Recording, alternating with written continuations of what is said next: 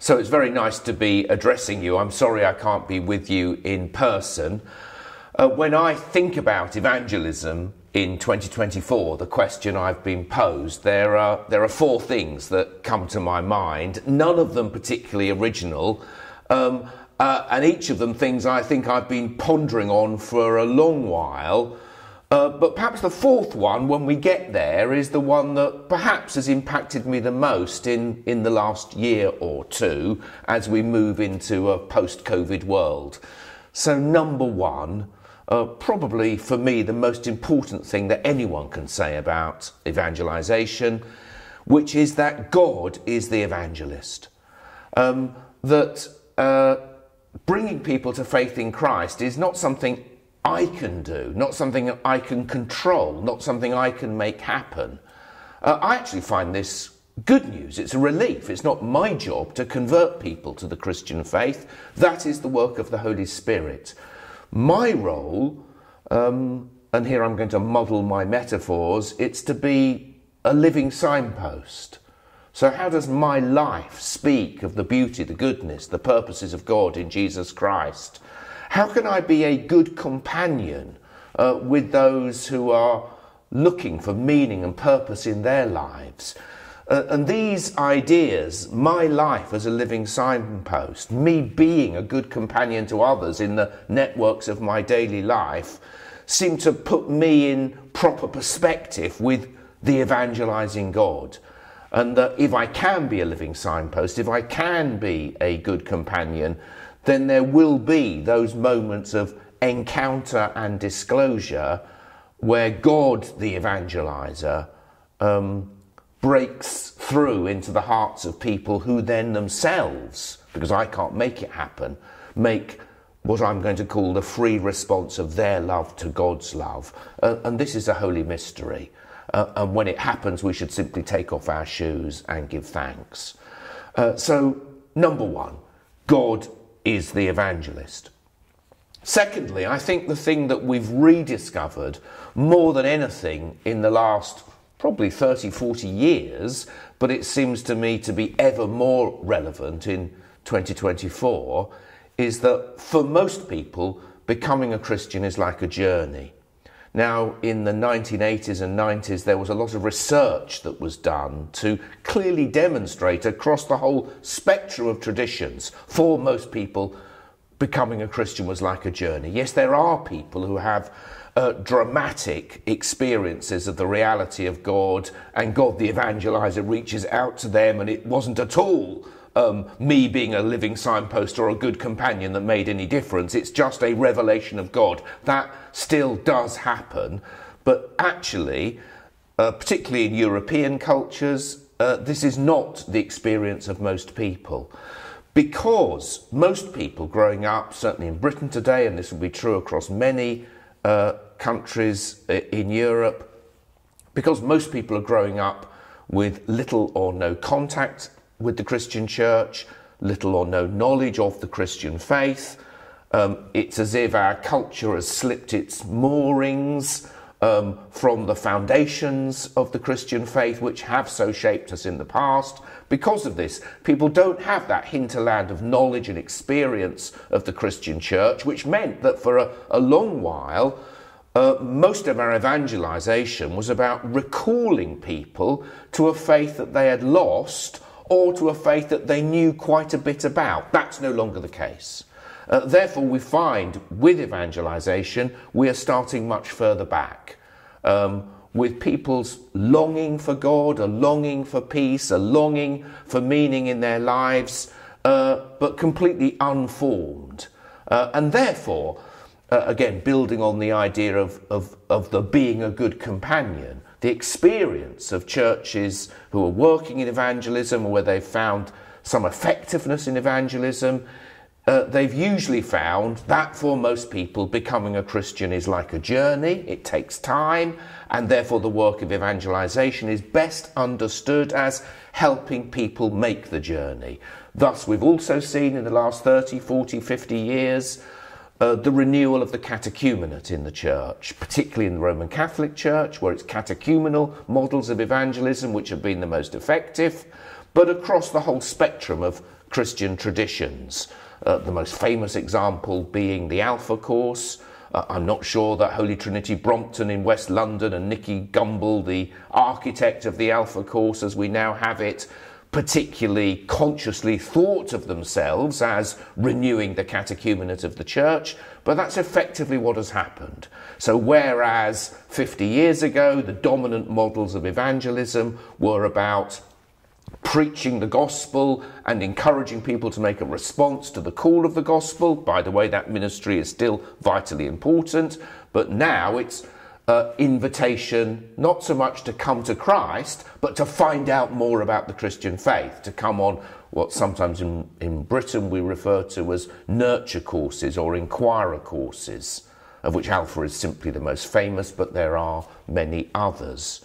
And so in 2024, what I hope and encourage every church will be taking seriously is there a place of nurture in my church? Is there somewhere where people who do not yet know Christ can come and find out about the Christian faith, where they can ask their questions, where faith can grow, and where people who are themselves living signposts of the gospel can accompany others on that journey? If you want a soundbite way of thinking about this, whereas in the past we had what you might call Damascus Road models of evangelism, hoping that there would be this dramatic moment of encounter, now we have Emmaus Road models of evangelism, where Christ is alongside people, often, usually, unrecognised, but we, the church, accompany people on a journey into faith. The third point I'd want to make, therefore, is that as with the Emmaus Road, such a journey, just to state the obvious, such a journey must begin where people are. And therefore, beginning where people are is also beginning with their questions, with their concerns, with their issues, not necessarily ours. Again, I find the Emmaus Road story to be the most helpful here as offering a biblical paradigm for evangelization in 2024. So on the Emmaus Road story, at the end of Luke's Gospel, the first thing that Jesus says to Cleopas and his companion on the road, as yet Jesus is unrecognized, the first thing Jesus says to them is, "What are you discussing as you walk along?" Now, actually, this, on the face of it, rather innocuous question seems to me to be the key evangelistic question for 2024. So we live in a culture where there is much uncertainty, huge change, huge anxiety about the future, not just the recovery from COVID and the difficulties that it's left us with, but the huge issues facing our planet in terms of the mass migration of people, the climate crisis itself, which is often causing that, war in Europe, and the horrors in Israel, Gaza, Yemen, Sudan, and so on. There is great fear and great anxiety in our culture.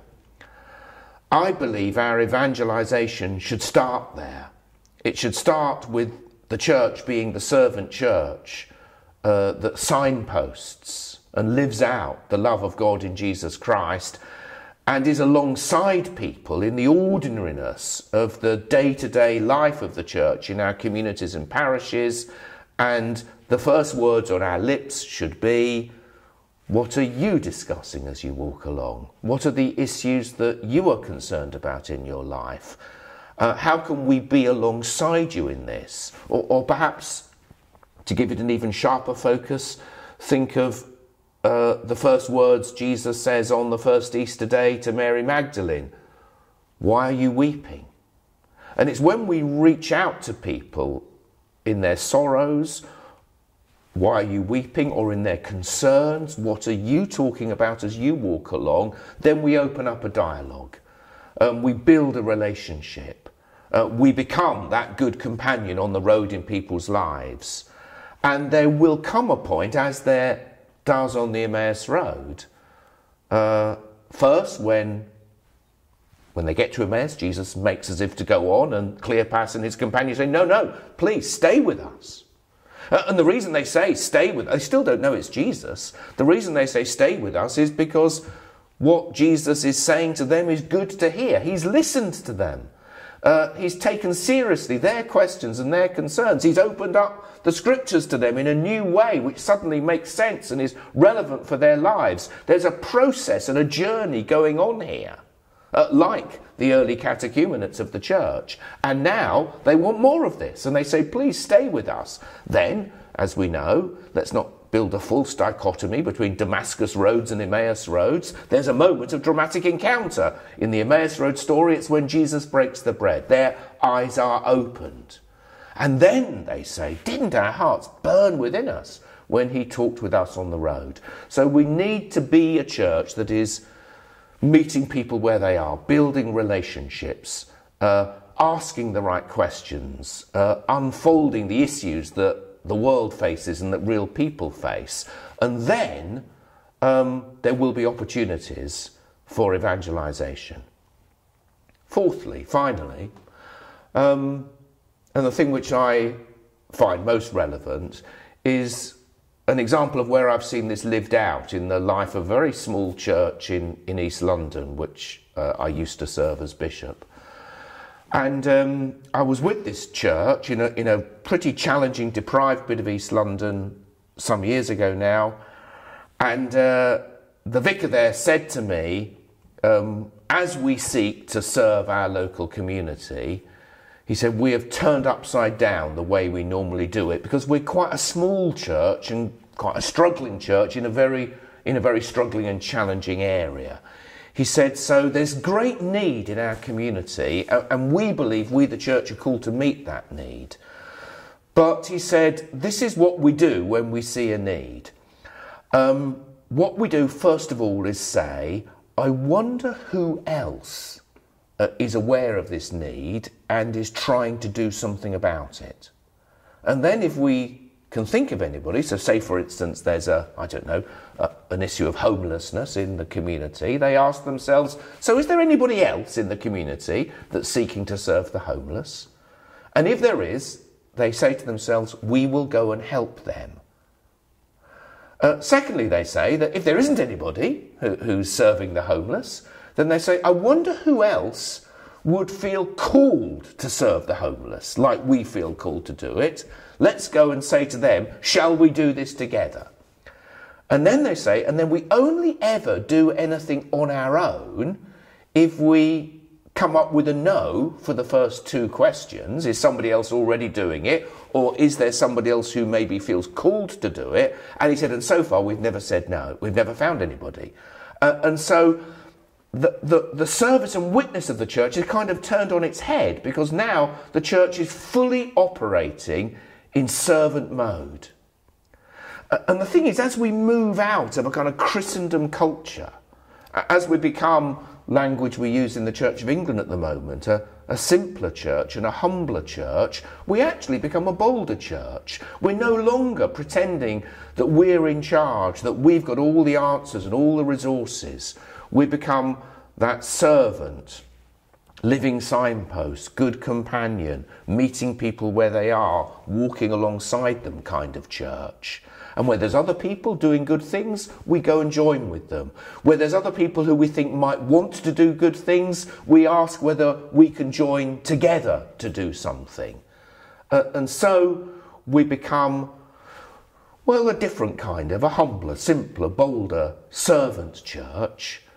And it seems to me that in a kind of culture like ours, which can easily be rather cynical, rather dismissive, rather pleased with itself, rather pompous, this is a good way of doing evangelism, living out that rather hackneyed but actually deeply, deeply powerful maxim that all evangelism is one beggar saying to another beggar, I know where to get bread.